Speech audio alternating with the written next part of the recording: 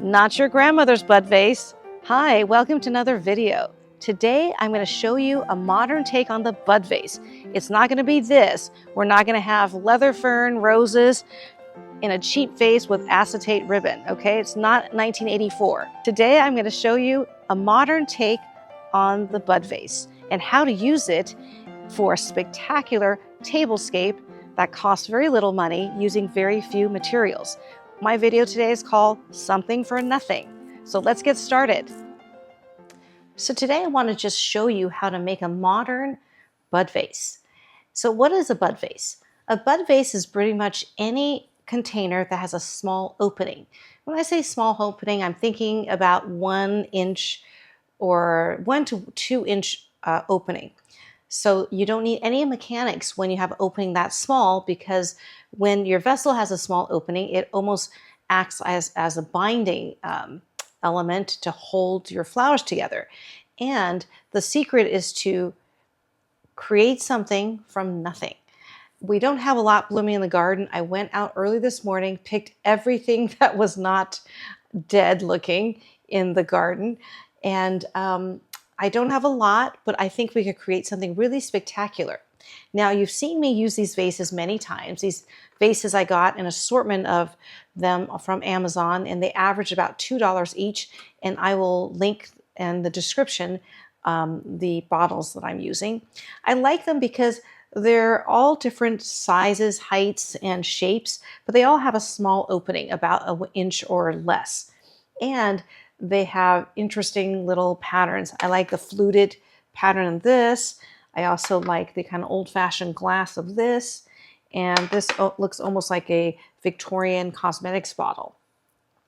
Now, to fill these bottles, you can use a little watering can, but the easiest and fastest way to fill them is to have a tub of water next to you and just submerge this. It makes this fun bubbly sound too. And it fills up. It doesn't have to fill up all the way to the top. Just halfway or 2/3 is fine.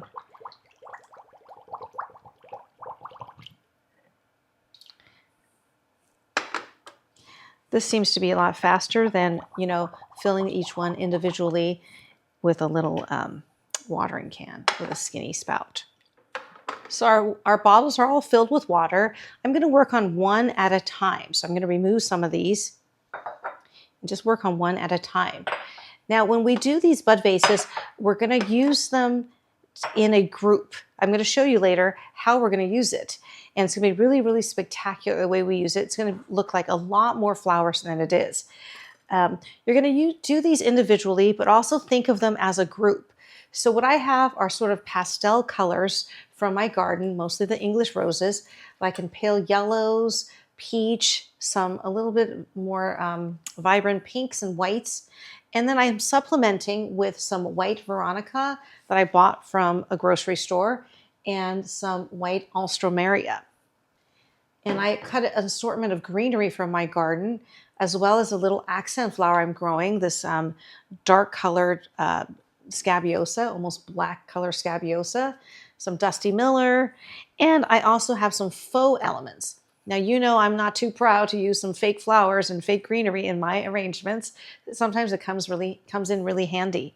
I have these little sprigs of sort of fern-like greenery. That's faux. I bought this in a big sprig like this from Hobby Lobby. I think there's 6 sprigs on each little posy, and it's very inexpensive, maybe $7, $8 for that. And then you've got greenery to use. Now, there's plenty of greenery in the garden right now, but I just didn't want to go around finding all sorts of novelty greenery. And I wanted something to be very small and ferny, and I thought this is kind of perfect. So we're going to use some faux greenery, and we're also going to use some faux Queen Anne's lace. Now, you've seen me use my faux Queen Anne lace many times. I love the look of Queen Anne's lace, but they have this problem of shedding on the table. And my son is allergic to Queen Anne's lace, so if I have this on the dining table, he's always sneezing and then I have to remove it. The other reason is it's not that readily available in like grocery stores or Trader Joe's. I have to go to the flower market to buy the Queen Anne's lace. And recently, I'm not going to the flower market all the time. I'm using flowers from the garden, so I have some faux Queen Anne's lace, and they're so real. I mean, even a professional florist like me, if I saw this in arrangement, I would think it's real. So it's all right to do a little bit of faux with your real. So when I do a modern bud vase, I first start with some greenery. So this, I could just do a little sprig of this ferny greenery. And then I have some Alstroemeria. Alstroemeria is almost like a greenery. I love using Alstro because it gives you a little filler flower as well as some greenery for that nice vegetative look. So I'm going to do the Alstroemeria here. And then I'm going to find a focal flower or a form flower. Roses are form flowers, lilies are form flowers, dahlias are form flowers, peonies are form flowers. So that's your focal flower, your star of the show. So I've got some of this beautiful Boscovil rose from my garden.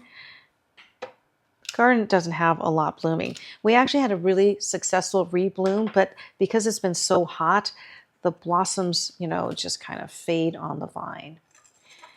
So here we have a focal flower. I'm going to put another stem of that in here. You know what? Maybe I'll go for a different color. Maybe some of this. See, this is just one spray of the Shropshire Lad that I still have blooming. It's pretty sad in the garden right now. I need to deadhead and fertilize, but it's been too hot, so I don't want to fertilize when it's like 99 degrees. But I'm surprised how well the roses are doing. So I've got two form flowers in here, one on each side, because this bud vase is going to be viewed from all sides. And then we have like a vertical element. I've got the white Veronica as a vertical. Now, none of this is set in stone. You can use whatever flowers you want, but basically you want to have some kind of a greenery filler flower, a vertical flower, and definitely you want to have one or two form flowers. And one way I think about these small arrangements is you're really showcasing each blossom. So it's really nice to have beautiful English roses to use, or buy something very interesting for your form flower because they're going to be viewed individually. And then something of interest, like this is kind of a novelty flower, this kind of black or midnight scabiosa. I think that would be really kind of fun to put in here, just to have something a little bit unexpected. Now, I like to make each arrangement a little bit different, but knowing that they kind of have to go together as a large arrangement. So they don't have to be the same, but I think it's nice to select materials and colors that do well together. Like if I look at this is really beautiful. If this was in one arrangement, it would be beautiful. So if it were in separate little arrangements grouped together, it would be beautiful. Okay, so I'm going to make another one. I know you've seen me use these vases a lot. I just really, really love them. Definitely, buy a set because you're going to find yourself going to them over and over again. Because you could do, I'm doing 6 arrangements today. Is this 6? 1, 2, 3, 4, 5. I'm doing 7 arrangements today, but sometimes you could do 3 just to group 3 little arrangements on a breakfast table. You could do, a single one in your powder room. They are so versatile and wonderful. And I'm always trying to show you strategies on how to use very little flowers for a big impact. Sort of a theme I have going on. I mean, sometimes I'll go overboard, when the garden's in full bloom and do something really spectacular. But often I just want to show you strategies on how to create incredible arrangements with very little. Because, realistically, unless you've got a lot growing in the garden, most of us aren't going to be spending hundreds of dollars a week on flowers, right? But that doesn't mean you don't want to have something beautiful in your home every week just to cheer your home up.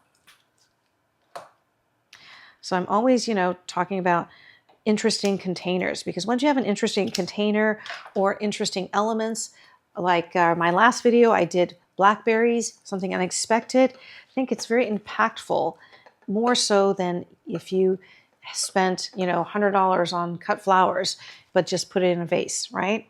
A little creativity goes a long way. And that's the fun of floral design for me. is imagining what to use with each thing. So this one I did sort of that amber yellow rose. This is a Jeff Hamilton rose. And on this side, I have my Pure Perfume white rose. Okay, let's do a little short one here. Let's see. See how much you can get out of just a few sprigs of roses and a little bit of accent flower? So this is a really short vase, so I'm going to cut this rose really, really short to kind of almost rest at the mouth of this vase. And then I am thinking that I probably don't have space for a lot of greenery in this little tiny vase. What should I use? Maybe I could use some of this. I'm growing a fern garden in a shady part of my yard, and I'm growing maidenhair fern.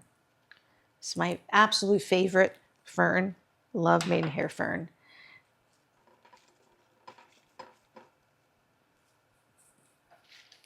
Use some of this maidenhair fern because I think that the faux greenery we have might be too much, you know, too big a sprig. So I'll use some of this airy light maidenhair fern. See, it's too long for this little vase, so I'm just going to cut it. But I could still use this bottom part of the maidenhair fern.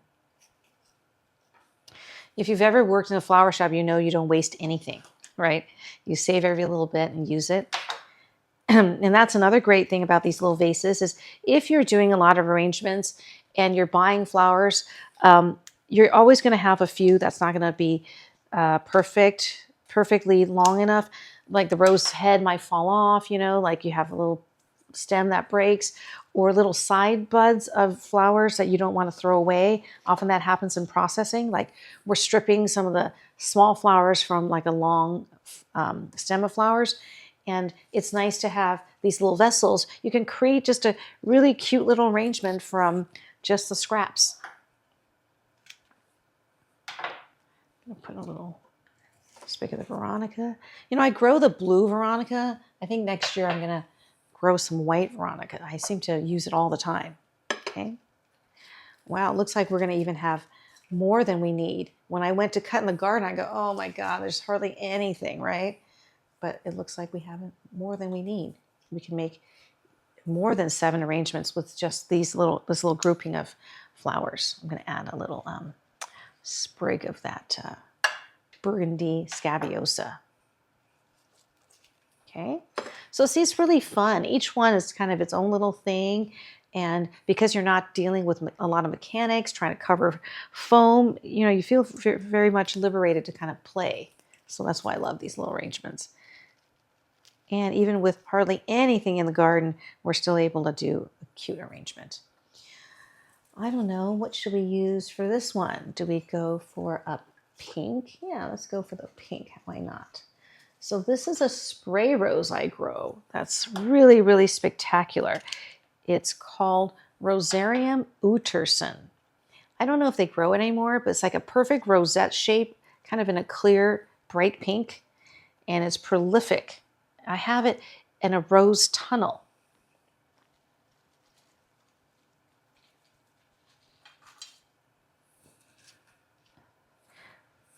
And I've successfully rooted it.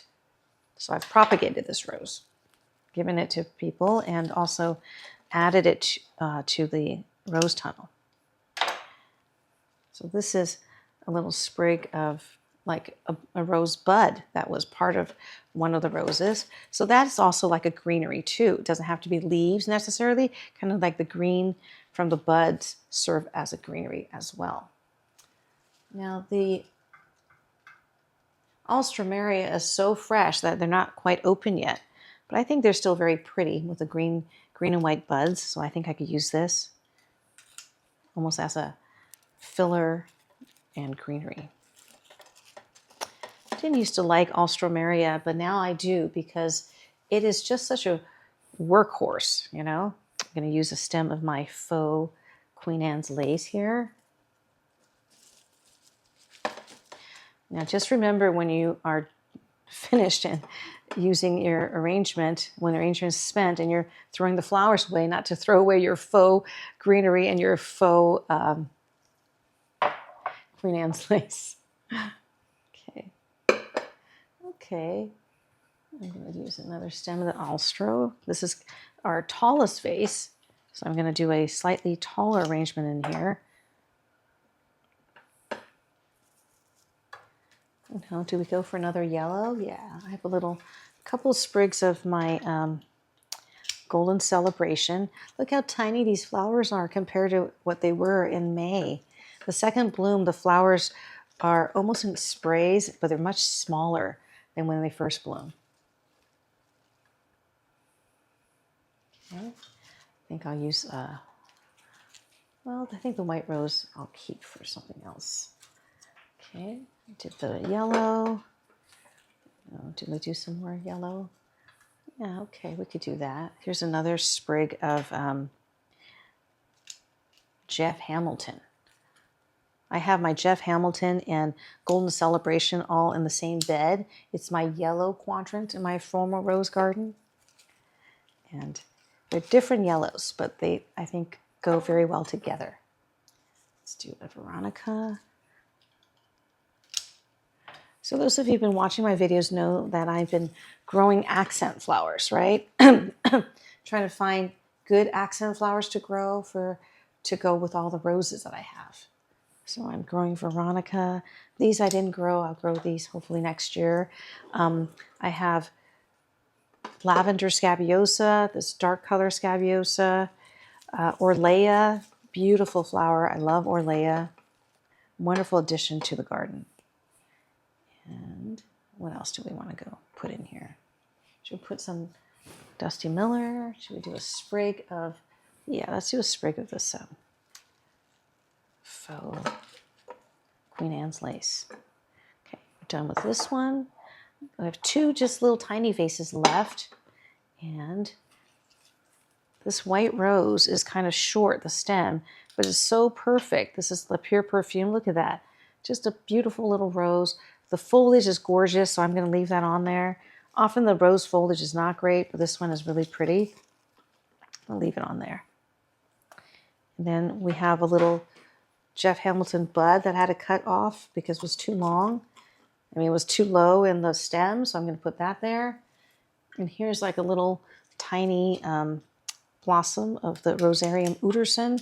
I've never seen it this small, but look how cute it is, like a little garden spray rose.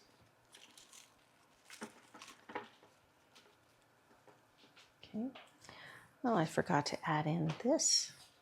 Add in this. Oh.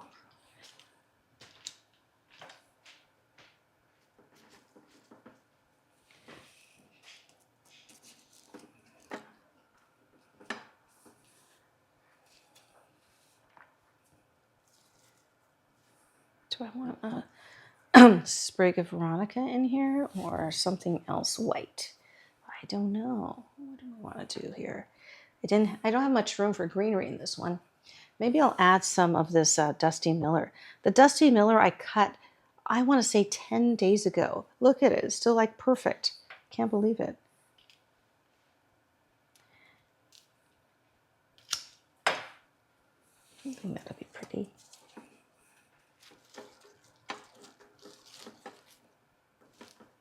Okay. And our last arrangement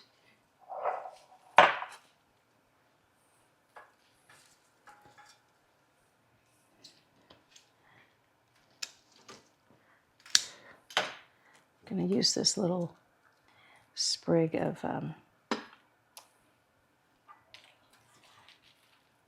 Shropshire Lad. And then here's, you reuse a piece of this kind of ferny greenery in here.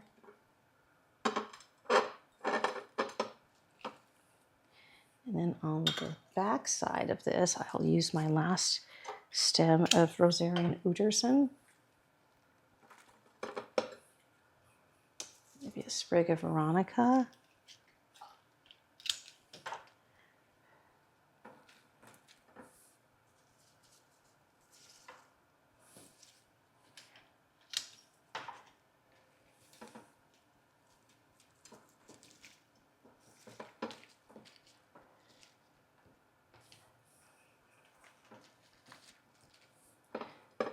And maybe I'll add some of this pretty dark burgundy scabiosa to this.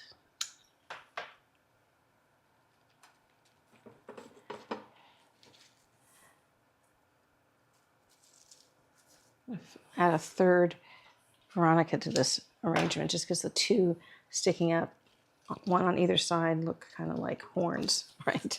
You don't want that. Okay, it's really cute. Okay, what else do you think we should add? I did cut some white spray roses, but I think it's too much. It might overwhelm the arrangement. Do we have room to add a little sprig of this? Yeah, I think so. Sometimes the opening is so small that you have to be strategic about what you add to it. Like the Alstroemeria stem is relatively thick compared to the other stems. Yeah, I think that would be nice. And once it blooms, you'll have the little white flowers too. Okay. Okay. All right. So we used most of the roses we cut, which is not a lot. It really is like scrounging the bottom of the barrel for me this morning, trying to find something to use. I thought, well, if I can't find enough in the garden, I'll go and buy something. But I really wanted to see, if we can make something from nothing, basically. Okay, we're done with our arrangements. I'm going to put this on this tray to take outside to show you how to use this as a gorgeous centerpiece for a garden party. So this is how we're going to use these bud vases. I'm going to create a really beautiful tablescape for a garden party. I have a lot of Sprangerei fern or asparagus fern just growing wild in my garden. And I'm just going to use this as like a greenery garland to kind of connect our small arrangements. What I'm going to do is just lay pieces of this on the table. This type of fern is fine out of water for a long time. And I'm just kind of staggering it. And if you're going to see people on the ends, you don't want the tips of the greenery to go too far over. You want to give it at least 8 to 10 inches on the ends. Okay. The whole point of this video is to show you how we can make a really spectacular arrangement with very little flowers. Okay. So I'm going to just do it on this side so that you've got tips on both ends and you can overlap a little bit.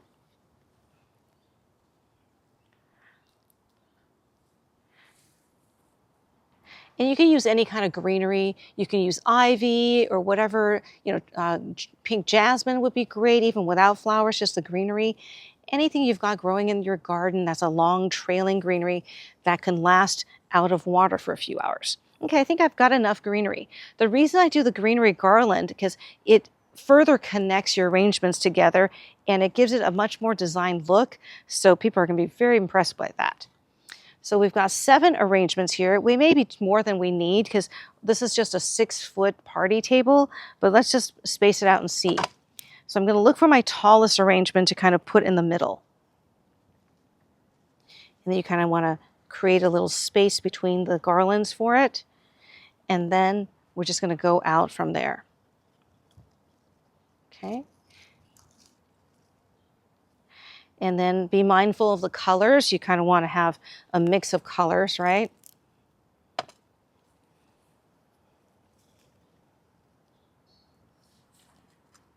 And then I'm kind of going, from tall to slightly lower. You don't have to.